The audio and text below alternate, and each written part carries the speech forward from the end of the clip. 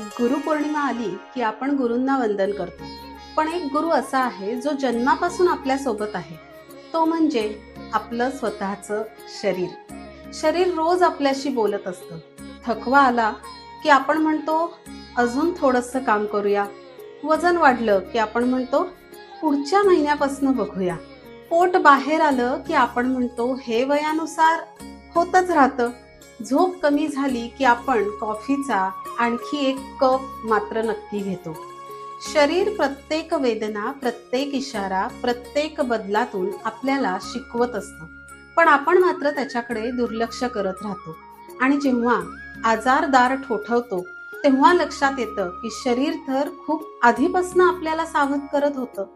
या गुरुपौर्णिमेला बाहेरच्या गुरूंसोबतच आपल्या शरीरालाही प्रणाम करूया, त्याचं ऐकूया, त्याची काळजी घेऊया. कारण आपलं शरीर आपला पहिला आणि आयुष्यभर साथ देणारा गुरु आहे. गुरुपौर्णिमेच्या हार्दिक शुभेच्छा.